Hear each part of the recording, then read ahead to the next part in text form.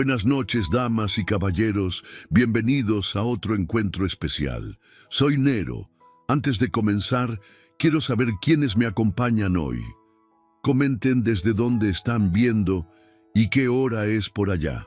Bueno, vayamos con el primer relato.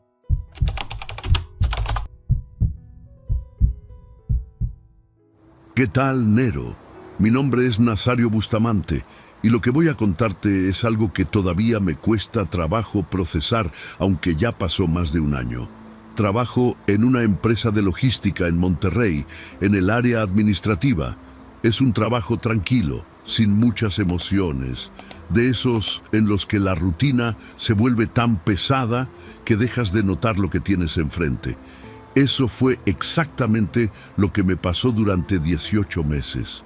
La oficina donde trabajo tiene cubículos grises, separados por mamparas de melanina. Son espacios pequeños, apenas suficientes para una computadora, un archivero y una silla que cruje cuando te mueves.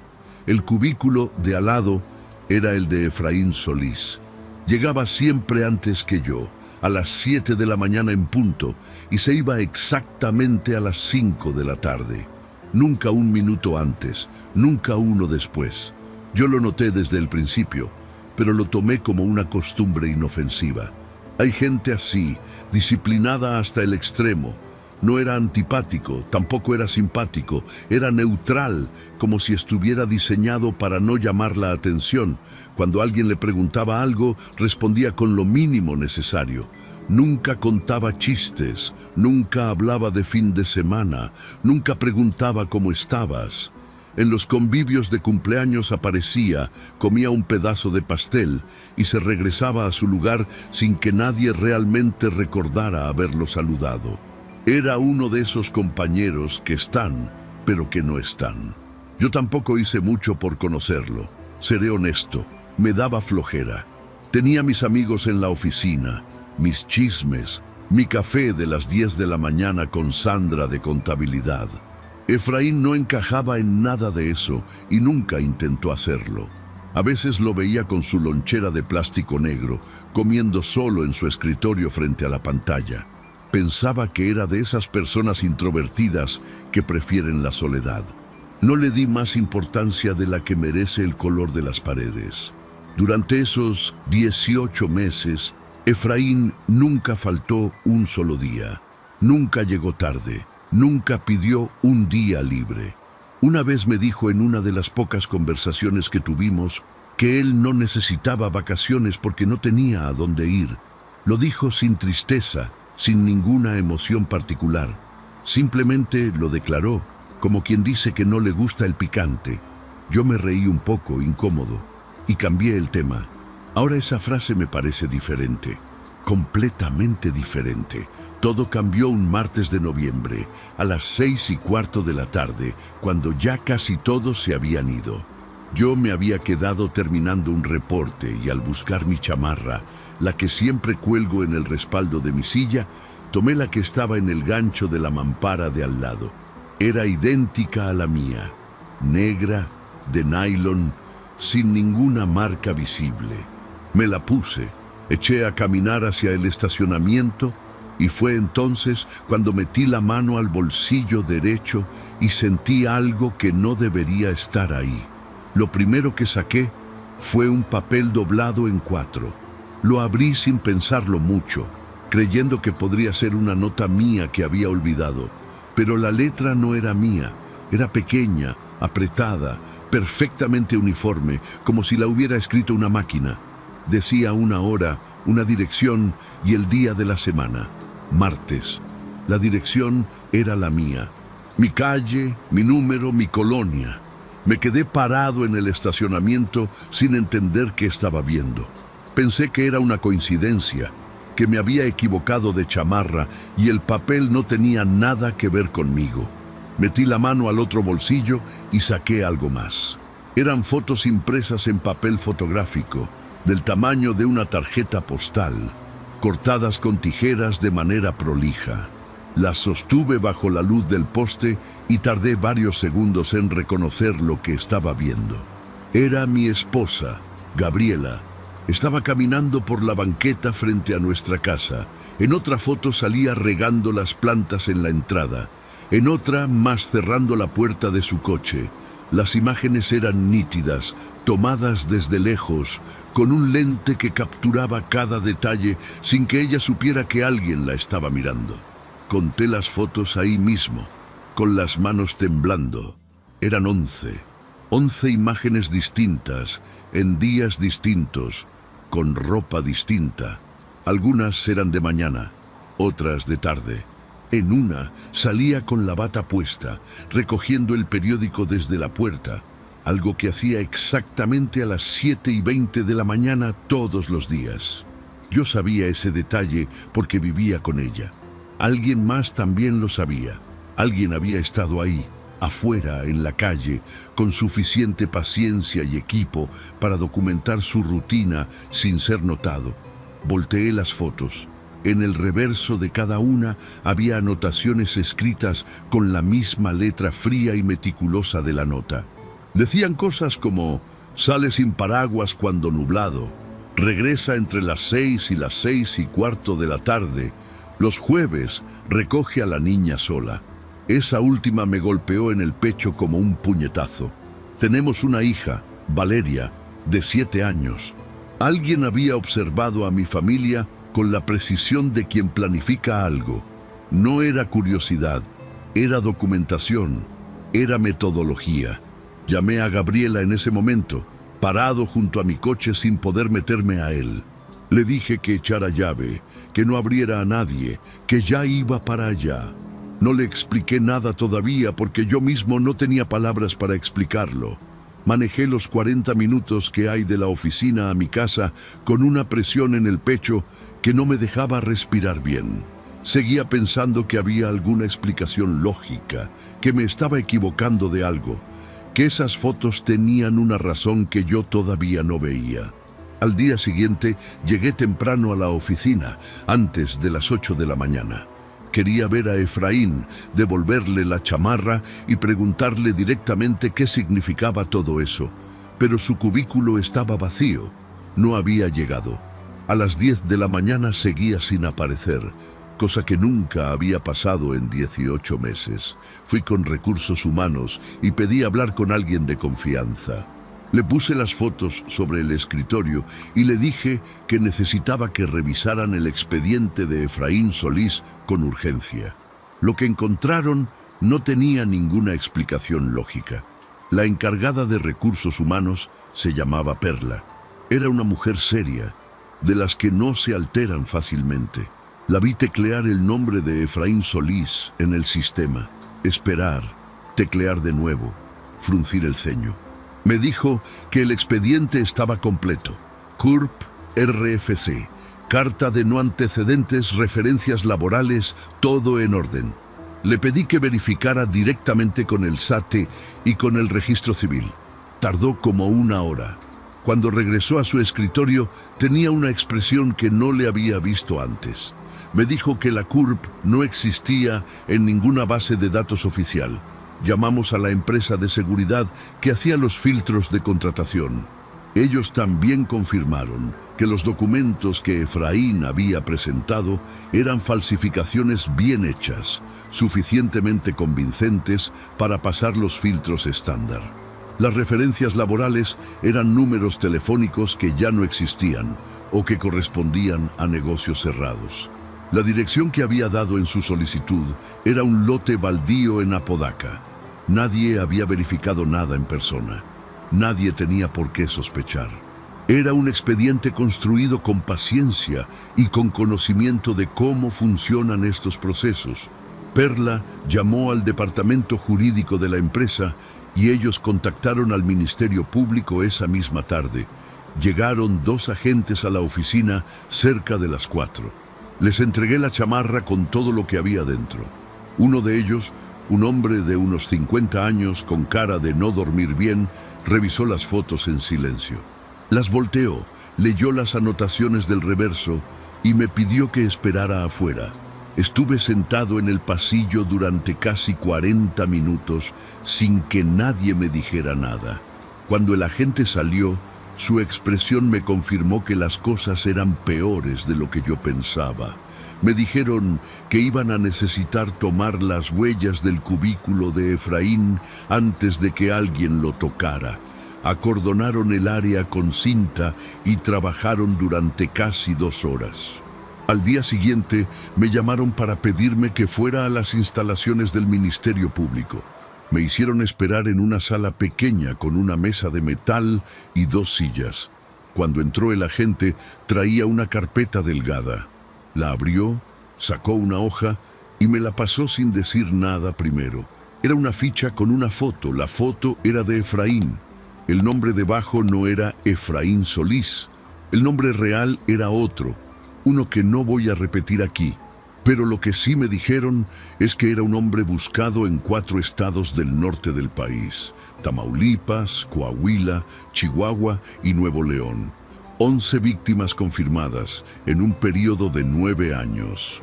Todas mujeres, todas en un rango de edad de entre 28 y 42 años. Gabriela tiene 37.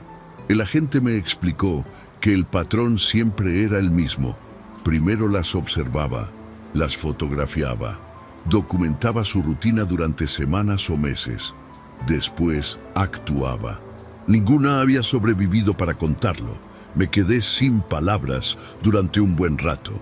El agente me dijo que iban a poner vigilancia en mi casa de manera inmediata y que necesitaban que Gabriela y Valeria se quedaran en un lugar distinto por tiempo indefinido. Me preguntó si tenían familia fuera de Monterrey. Asentí sin pensar. Me preguntó también desde cuándo creía yo que Efraín había estado observando a mi familia. No supe qué responder. Solo supe que había compartido una pared de melanina con ese hombre durante 18 meses y que en todo ese tiempo jamás sospeché nada. Esa misma noche llevé a Gabriela y a Valeria a casa de mis suegros en Saltillo. No les expliqué todo de inmediato. Le dije a Gabriela que había un problema de seguridad relacionado con alguien del trabajo y que era precaución mientras las autoridades resolvían la situación.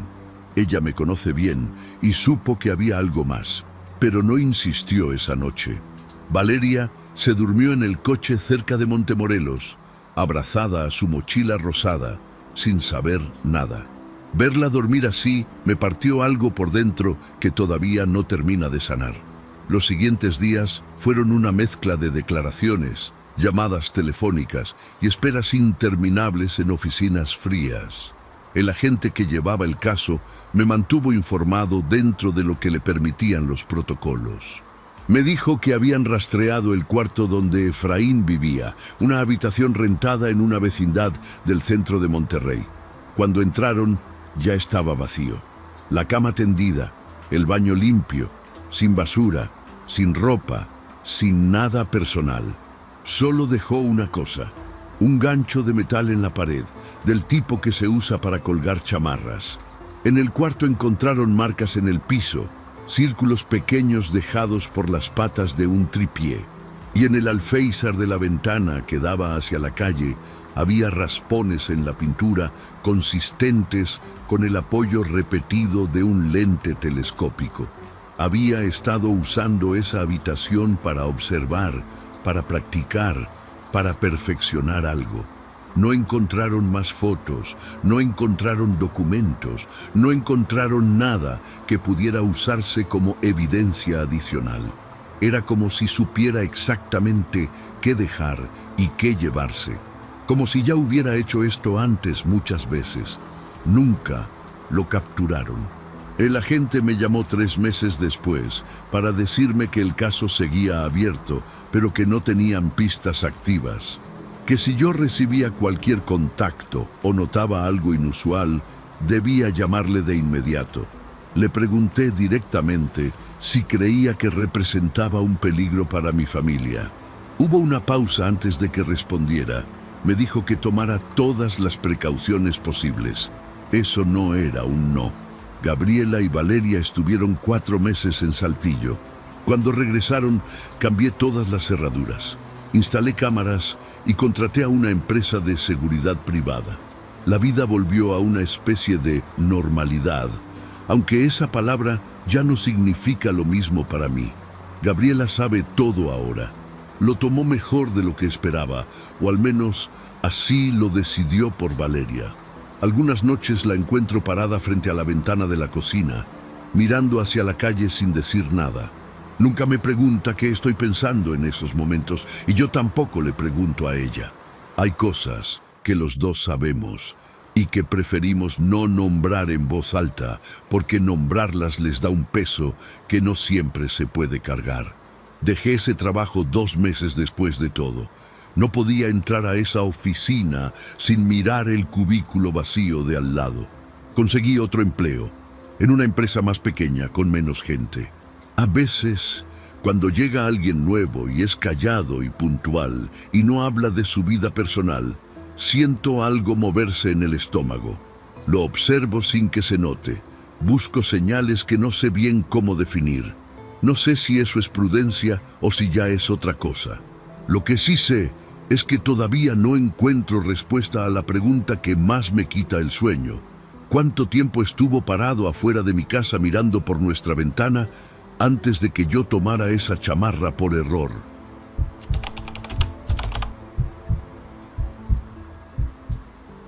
Buenas, Nero. Mi nombre es Primitivo Garza y lo que voy a contarles pasó hace casi 1 año. Todavía me cuesta hablar de esto con calma, porque hay partes que no tienen explicación lógica y yo soy técnico industrial, no soy de los que creen en cosas raras. Todo empezó cuando me ascendieron en la planta, un ascenso que en ese momento creí que era simplemente lo que me tocaba después de años de trabajo duro y entrega. Llevo 14 años trabajando en la planta procesadora de Monterrey. No voy a dar el nombre porque todavía trabajo allí y no quiero broncas. Es una planta grande, con varios sectores de producción, maquinaria pesada, turnos rotativos. El tipo de lugar donde si te descuidas un segundo, puedes perder una mano o algo peor. Conocía cada rincón, cada válvula, cada tubería. Me sabía el lugar de memoria, como si fuera mi propia casa. Eso me costó años de experiencia. El ascenso llegó en febrero. Me nombraron supervisor técnico de turno, que era el puesto que todos sabíamos que se iba a abrir cuando el ingeniero Torres se jubilara. Era un puesto importante, con responsabilidad real, más sueldo y sobre todo, reconocimiento. Yo creí que era mérito. El ingeniero Torres mismo me lo había dicho antes de irse. Tú eres el más preparado aquí, Primitivo.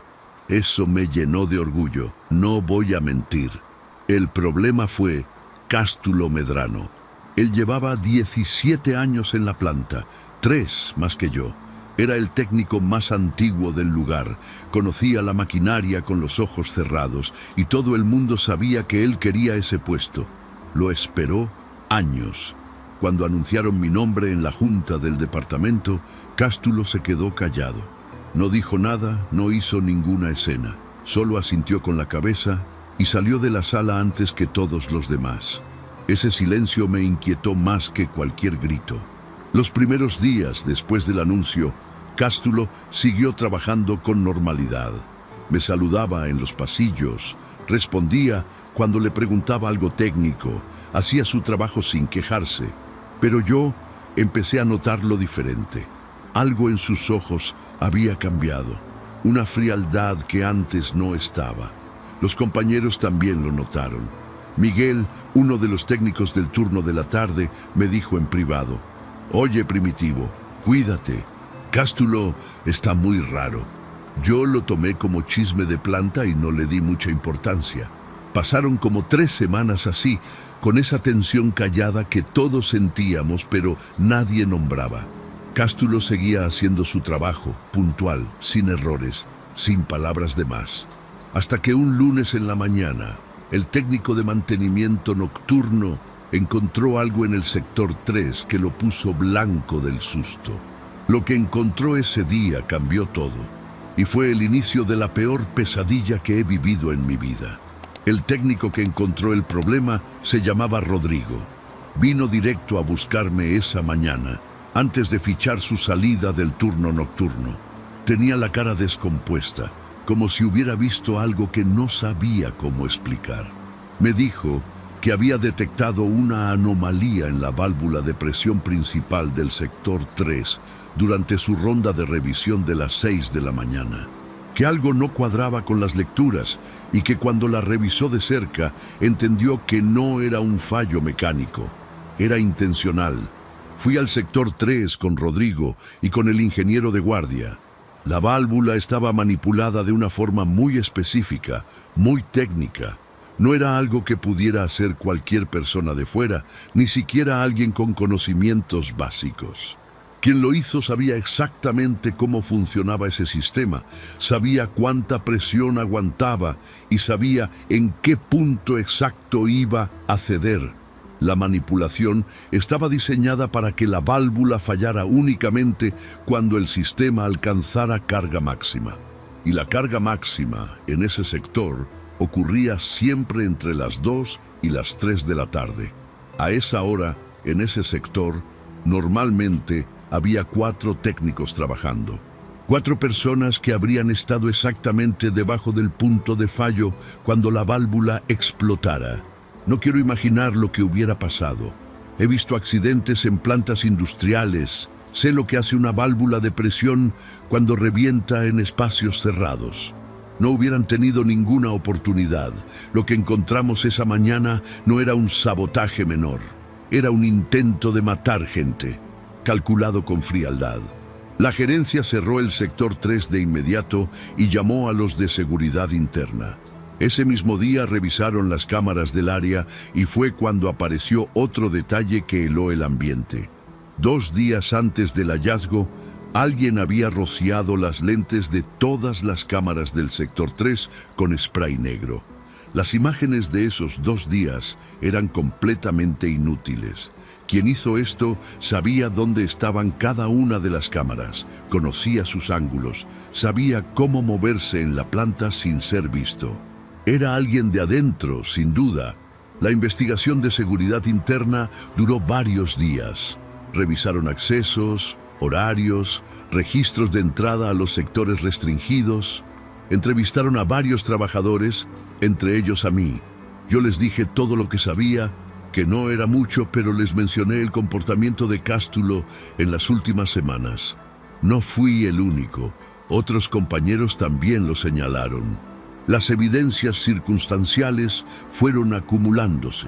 Cástulo tenía acceso a ese sector, conocía el sistema mejor que nadie, y su historial de entradas al área coincidía con los días en que cubrieron las cámaras. Nunca hubo una confesión. Cástulo negó todo hasta el final, pero las evidencias eran suficientes para que la empresa tomara una decisión. Lo llamaron a una reunión con recursos humanos y con el área legal una tarde de jueves, a las 4. Yo no estuve en esa reunión, pero me contaron que Cástulo escuchó todo sin alterarse, sin levantar la voz, sin mostrar ninguna emoción. Firmó los papeles de su liquidación en silencio, recogió sus cosas del casillero y salió de la planta caminando despacio, sin voltear atrás. Esa misma noche, cuando llegué a mi casa, traté de actuar con normalidad. Me preparé algo de cenar, vi un rato la televisión, hablé por teléfono con mi hermana, pero no podía quitarme a Cástulo de la cabeza. Esa imagen de él saliendo de la planta sin decir nada, sin mostrar enojo, sin reaccionar de ninguna forma visible, me seguía dando vueltas. Hay algo más perturbador en el silencio absoluto de una persona que en cualquier amenaza directa. El silencio de Cástulo ese día era denso, como cargado de algo que yo no podía leer. Me fui a dormir pasadas las 11 de la noche. Viví solo desde hace 4 años, desde que terminé con mi ex, así que en casa no había nadie más que yo. Cerré con llave la puerta principal. Pasé el seguro de la puerta trasera que da al patio, verifiqué las ventanas como lo hacía siempre. Todo estaba cerrado. Me acosté y tardé en dormirme, dando vueltas, pensando en el trabajo, en Cástulo, en lo que pudo haber pasado si Rodrigo no hubiera detectado esa válvula a tiempo, Eventualmente, el cansancio pudo más y me quedé dormido. Desperté a las 3:20 de la madrugada sin saber por qué. No hubo un ruido fuerte, no fue una pesadilla, simplemente abrí los ojos de golpe con esa sensación rara de que algo no estaba bien. Me quedé quieto unos segundos escuchando. La casa estaba en silencio. Me senté en la cama despacio y fue entonces cuando lo vi. Sobre la cama, a un lado de mis piernas, había algo doblado con cuidado. Tardé un par de segundos en enfocar la vista en la oscuridad, antes de entender lo que estaba viendo. Era mi chamarra de trabajo. La chamarra azul marino, con el logotipo de la planta bordado en el pecho, la que yo guardaba en mi casillero personal dentro de las instalaciones. Un casillero con candado de combinación que solo yo conocía. No había otra copia de esa combinación en ningún lado, ni siquiera en recursos humanos. La chamarra estaba perfectamente doblada, con una precisión casi obsesiva, colocada justo en el centro de la cama, no tirada, no arrugada, doblada. Como si alguien hubiera querido que yo notara exactamente eso. Me levanté de golpe y revisé toda la casa. Prendí cada luz, abrí cada closet, revisé debajo de las camas, detrás de las cortinas, el baño, la cocina, el patio trasero. No había nadie. Las puertas seguían con llave, las ventanas seguían cerradas por dentro. No había señales de que alguien hubiera forzado ninguna entrada, ni marcos rotos, ni vidrios, ni cerraduras dañadas. La casa estaba exactamente como la había dejado antes de dormir, completamente cerrada, y sin embargo, alguien había estado adentro. Llamé a la policía esa misma madrugada, como a las 4:10. Vinieron 2 agentes, revisaron todo, tomaron mi declaración.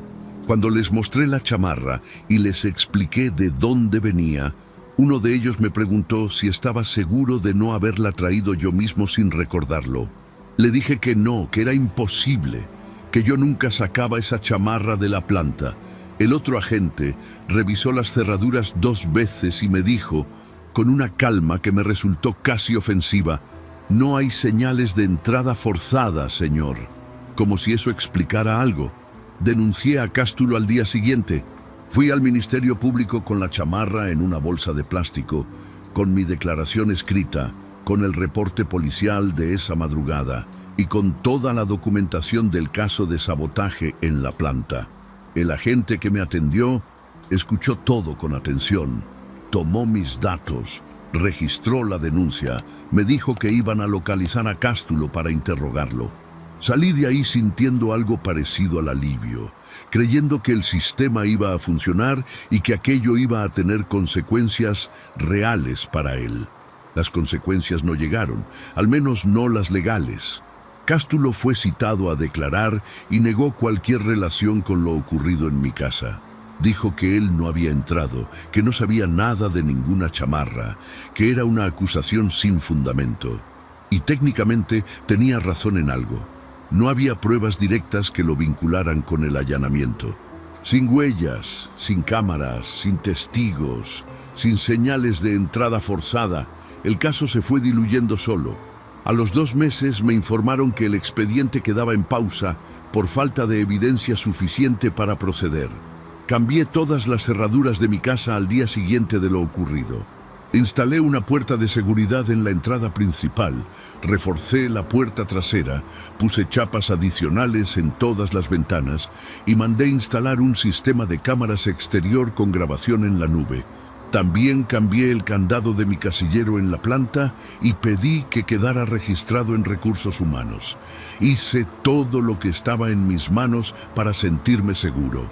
Dormí mejor durante algunas semanas, pero la pregunta nunca desapareció. Cástulo lleva 8 meses libre. Lo sé porque un compañero de la planta me dijo que lo vio en una ferretería del otro lado de la ciudad, en noviembre, comprando cosas con toda la calma del mundo. No me buscó, no me amenazó, no hubo ningún otro incidente desde aquella noche. Mi vida volvió a una rutina más o menos normal. Sigo trabajando en la planta, sigo en el mismo puesto, sigo haciendo mis rondas de revisión con más cuidado que antes. pero algo en mí cambió de forma permanente desde esa madrugada. Lo que más me afecta no es el miedo a que regrese, aunque ese miedo existe y no voy a fingir que no.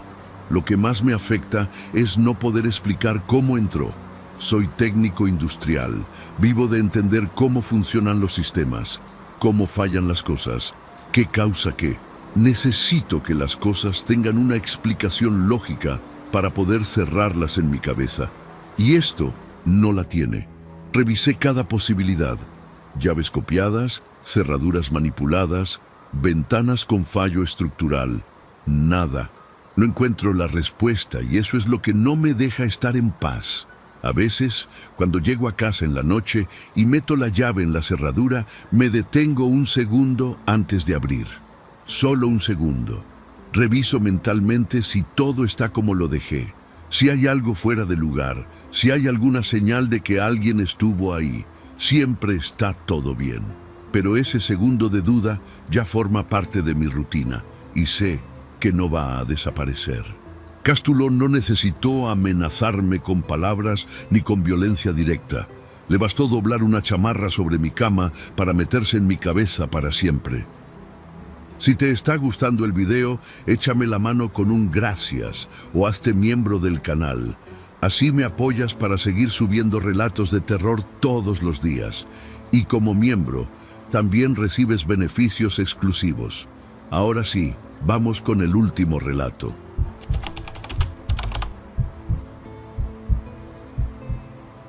¿Qué tal, Nero?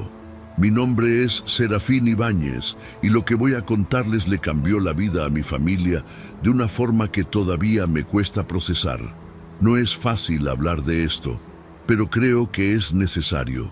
Hay cosas que uno no ve venir, situaciones que se van formando en silencio mientras uno sigue con su vida normal, sin sospechar nada.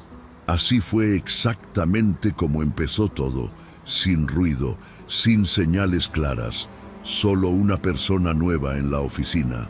Leoncio Duarte llegó a mi empresa hace 2 años. Vino recomendado por un conocido del área de recursos humanos. Tenía su currículum en orden y en las entrevistas se mostró tranquilo, educado, incluso agradable. Nadie habría dicho que había algo raro en él. Era de esas personas que saben exactamente cómo presentarse. Lo suficientemente sociable para no parecer frío, pero sin pasarse. Lo contratamos para el área administrativa sin pensarlo 2 veces. Un empleado más, eso creímos. Durante los primeros meses trabajó bien. Llegaba a tiempo, cumplía con lo que se le pedía, no daba problemas. Mis compañeros lo trataban con normalidad y él respondía igual. Era discreta su presencia, casi invisible. Y ahora entiendo que eso era parte de algo. No el descuido de alguien tímido, sino la estrategia de alguien que necesitaba pasar desapercibido mientras hacía otra cosa. Leoncio nunca llamaba la atención porque no le convenía hacerlo. Estaba ocupado en algo más importante para él. Mi esposa Remedios me visitaba en la oficina de vez en cuando. No era algo frecuente, pero ocurría.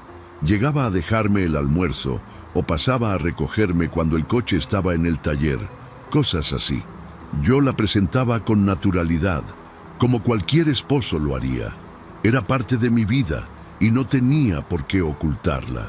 Recuerdo haber notado que Leoncio siempre estaba atento cuando ella llegaba, pero en ese entonces lo interpreté como simple cortesía. Me equivoqué completamente. Remedios es una mujer tranquila, de rutinas muy marcadas. Va al mercado los martes y los viernes, tiene su gimnasio de siempre, visita a su mamá los domingos.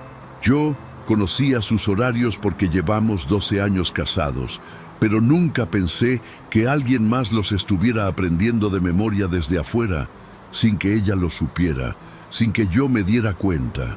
Esa idea me resultaba tan ajena que jamás la consideré. Vivíamos en lo que creía era una vida ordinaria y completamente segura. Pasaron 8 meses antes de que algo me hiciera sospechar. Un compañero de trabajo me comentó, casi de pasada, que había visto a Leoncio cerca del gimnasio de Remedios una tarde que yo no estaba. Me dijo que le pareció raro porque ese gimnasio quedaba lejos de donde él vivía. En ese momento no le di demasiada importancia, pero algo se me quedó marcado en la cabeza. Una incomodidad pequeña, difícil de nombrar. Esa incomodidad no me iba a abandonar fácilmente. Después de lo que me contó mi compañero, empecé a prestar más atención a Leoncio sin que él se diera cuenta. Nada exagerado al principio, solo observar. Noté que cuando Remedios me mandaba mensajes al celular y yo respondía en voz alta, como uno hace sin pensar, él agudizaba el oído. También noté que preguntaba cosas sin parecer que preguntaba. ¿Ya se fue tu señora al gimnasio? Con tono de plática, como si fuera conversación normal entre compañeros. Yo respondía sin pensarlo. Eso me pesa todavía. Revisé con discreción su comportamiento durante las últimas semanas y encontré un patrón que me inquietó. Leoncio salía a comer siempre solo, nunca con nadie del equipo. Llegaba antes que todos y se quedaba después. Una vez lo vi fotografiar algo con el celular cerca de mi escritorio, pero cuando me acerqué ya había guardado el teléfono. Me dijo que estaba revisando un correo. Le creí en ese momento porque no tenía razón suficiente para no creerle. Pero guardé esa imagen en la memoria. Decidí hablar con el encargado de recursos humanos sin hacer ruido. Le pedí que revisara los accesos al sistema de la empresa para ver qué archivos había consultado Leoncio fuera de sus responsabilidades. Lo que encontraron tardó 3 días en estar listo, y cuando me lo mostraron sentí el estómago frío. Había entrado en repetidas ocasiones a una carpeta compartida donde yo guardaba documentos personales, incluyendo algunos con la dirección de nuestra casa y los datos del coche de Remedios. Lo había hecho desde el primer mes. Confrontarlo directamente no era una opción que quisiera tomar yo solo. Llamé a un abogado esa misma tarde y al día siguiente fui con todo a la dirección general. La empresa actuó rápido, hay que reconocerlo. En menos de 48 horas, Leoncio fue citado, confrontado con las evidencias de los accesos no autorizados y despedido. Se fue sin escándalo, sin alzar la voz. Firmó lo que tenía que firmar y salió caminando como si nada le importara demasiado. Eso fue lo que más me perturbó de ese momento. Esa misma noche puse una denuncia formal ante el Ministerio Público. No sabía con exactitud qué había hecho Leoncio ni hasta dónde llegaba todo, pero los accesos ilegales al sistema eran suficiente para iniciar algo. Los agentes me escucharon con atención y tomaron los datos. Me dijeron que investigarían y que probablemente harían un cateo en su domicilio si el juez lo autorizaba. Remedios estaba sentada junto a mí mientras yo hablaba. La noté pálida, aunque en ese momento ninguno de los dos imaginaba lo que estaba por descubrirse. La autorización llegó 4 días después. Yo no estuve presente en el operativo, claro, pero el agente encargado me llamó esa tarde para informarme. Recuerdo que eran como las 6 de la tarde cuando sonó mi celular. Su voz era calmada, profesional, pero había algo en el tono que me indicó antes de que dijera una sola palabra que lo que habían encontrado era serio. Me pidió que fuera a las instalaciones al día siguiente para hablar en persona. Esa noche no dormí nada. Llegué al Ministerio Público a las 9 de la mañana. El agente me recibió en una sala pequeña, sin ventanas, con una mesa y 4 sillas. Me ofreció café y yo lo rechacé. No tenía hambre ni sed, solo quería saber. Se sentó frente a mí, abrió una carpeta y me explicó con calma lo que habían encontrado en el departamento de Leoncio. Conforme hablaba, yo sentía que el aire de esa sala se iba haciendo más pesado, más difícil de respirar. Escuché todo sin interrumpirlo una sola vez.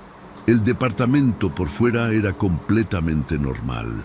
Un lugar modesto, ordenado, sin nada que llamara la atención desde la calle. Pero adentro había un cuarto que Leoncio mantenía con llave, separado del resto. Cuando los peritos lo abrieron, encontraron las paredes completamente tapizadas con fotografías de Remedios. No eran fotos robadas de redes sociales, ni imágenes borrosas. Eran fotografías tomadas de cerca, en distintos lugares, en distintos días. Ella en el mercado, en el gimnasio, entrando a casa de su mamá, caminando sola por la calle, cientos de ellas.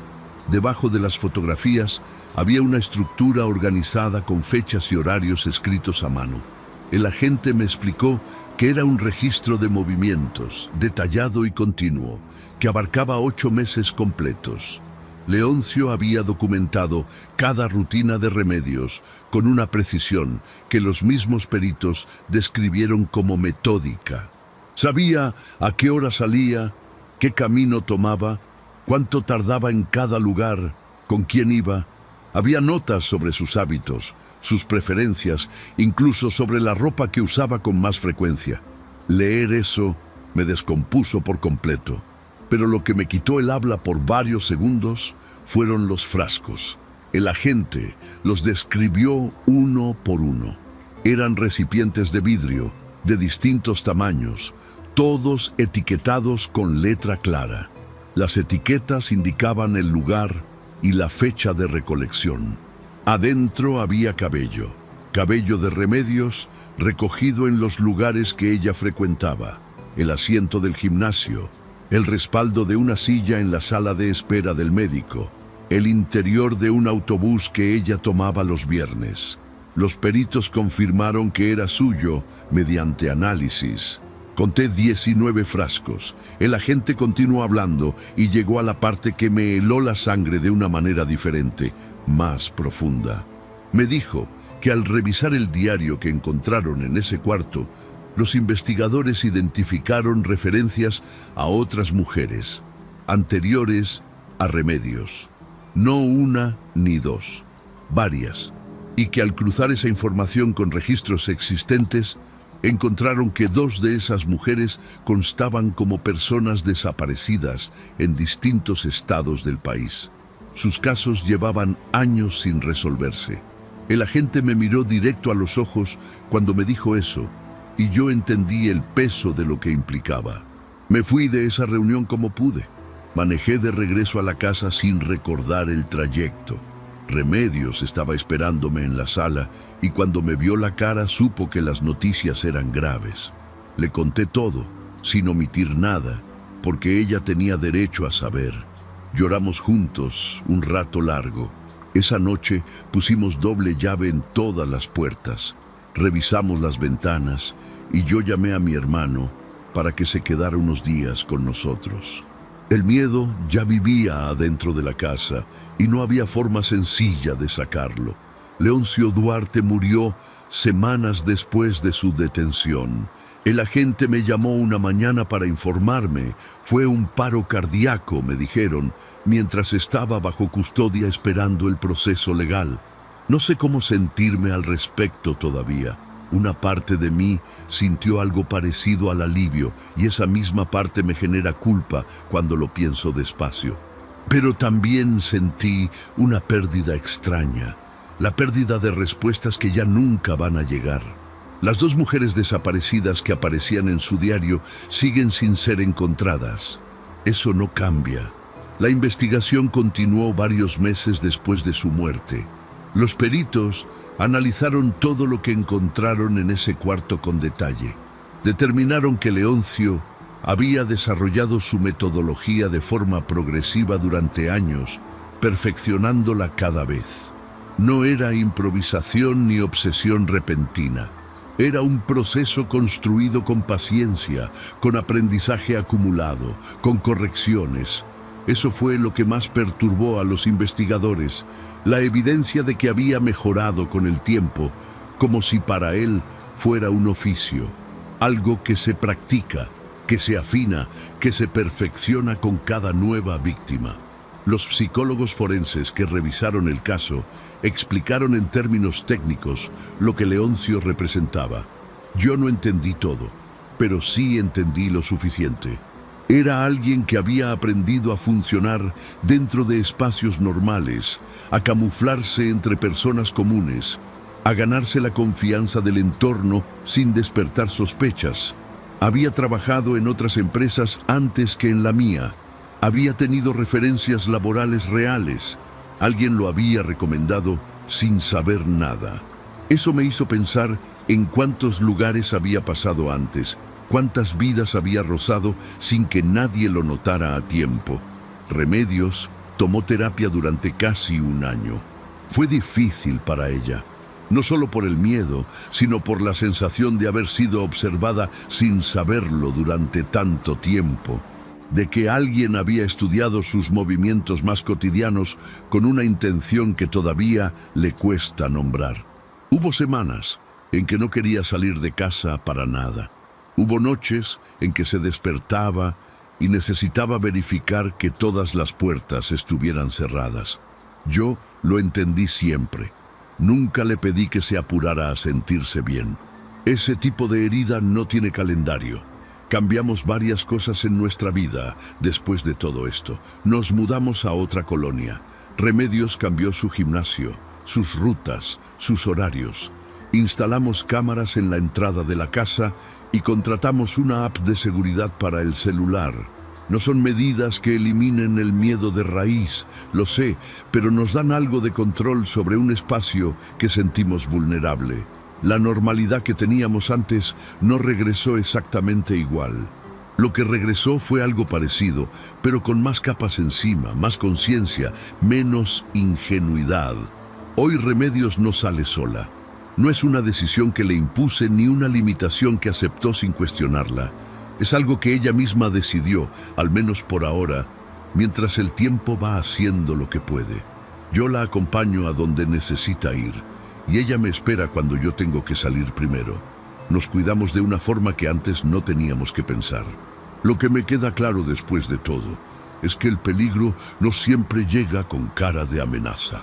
A veces llega puntual, con el currículum en orden y una sonrisa completamente normal.